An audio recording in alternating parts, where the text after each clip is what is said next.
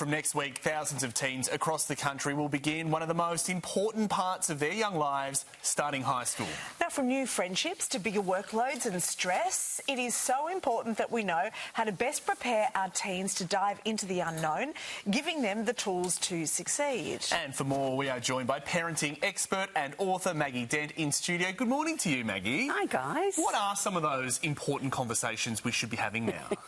Well, let's also remember that the transition to high school was sort of 12. Yeah. And also what's really a 12-year-old today is like a 14-year-old 20 years ago. Puberty is moving earlier.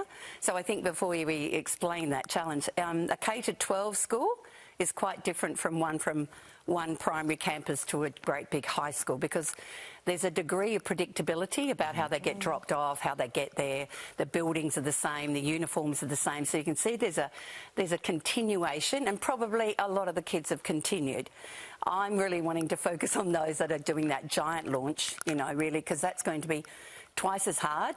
Any change triggers our amygdala to go, am I going to die? Right? And it doesn't matter if you start a new job. Every single one of us. So we need to really normalise that if they're feeling wobbly and anxious right now, that's actually healthy and normal, and not something pathological that we need to suddenly get panicky about as a parent. So that's the very first thing I think I'd like to say. How do we handle it as well? I'm sure Mon could probably give you a few tips given what her house is full of. But what we actually know is that in this journey, the limbic brain grows quite significantly, so feelings are more intense than before. So what we would normally be anxious about, a new test or something, something bigger than it probably would have been before puberty hit. Right. And I think that's why sometimes we can become a little too worried because we've had a big rant at the breakfast table or after school, where that teen or tween is expressing big feelings, and yet that's a really healthy thing. So again, the intensity of their feelings can be really unsettling for loving and the best parents on earth. And sometimes anxiety doesn't come out like we think it is. And so we notice there's a difference. Obviously, I'm a bit of a boy champion, and I tend to find they get incredibly angry rather than sad and vulnerable or, stressed. Does that yeah, that does. We've got one of ours who's starting in Year 7 this year. I think it's one of the biggest changes that you have in your entire life, actually, going from primary school to high school. Everything is different. I remember you once saying to be really careful of saying you're going to have a great time, you're going to love it. It's absolutely one of those things. I mean, we're really wanting to cheer our kids up, and so we unintentionally make it worse for them, because we say it's going to be great. No, you'll be fine. I don't know why you're worried. That invalidates completely how they're feeling. So they're less likely to want to come to us when they struggle, because you just don't get it. So it's absolutely right that we don't say that. I think we say those things. It is really tricky. And people probably say that with the best of intentions. Absolutely. As well. Always the best intentions. What are some of the other common mistakes that I suppose parents would be making? Okay, so sometimes what we assume is that they will just take a week or two and they'll be fine. We can take anywhere up to a month to 6 weeks to really settle into a big environment. And remember, I'm a former high school teacher. I've heard all the stories of what people told them about high school, so we've got to unplug some of the catastrophising stories. Do not tell your child any of those. Right, because that's something some parents think it prepares them, but it doesn't. It terrifies the heck out of them.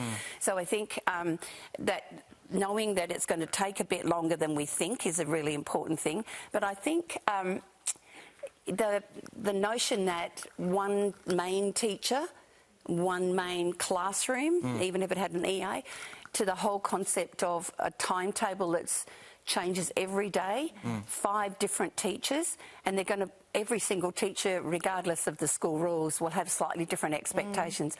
I think if we can open ourselves to listening to which one are you finding hardest to adjust to, that one can really help, because sometimes we can help them understand that. And the other one that really we can help with, if they don't have a friend, so you can see how if somebody there knows you, when you turn up, your stress level's already dropped. How do we go for the kids who know no one?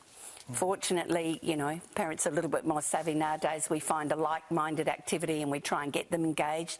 But if they're super worried and stressed about coping with everything, you don't have the energy to create new friendships. And I think we can put pressure on them saying, why don't we get someone over for a play date? No, they're just coming home to decompress and to recover from what feels a bit like a war zone. Wow. It is really hard because we do have the best of intentions, but often just saying there's going to be bits about it that you might like, and there'll be bits that you don't like, and we'll be here for you. And we really have faith that most of us transition okay. We all know there's some kids who transition beautifully, you know, the social butterflies of the world, and we know there are kids who struggle with that, and so parents are aware of that even before that happens.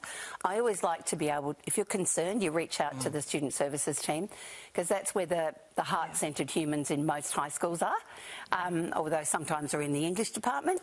And really what they're looking for is where's the one big, safe human on that campus. Find that person. And it can sometimes be the canteen lady or the gardener, not a teacher. Just find your person. Just find one safe grown up whose face lights up a bit when you turn up. It makes all the difference. It makes all the difference. Maggie Dent, you are the guru. Thank you so much. And remember, high-quality chocolate helps. And pots of ice cream. That helps? Yeah, for everyone. Sarah Straight out of the tub.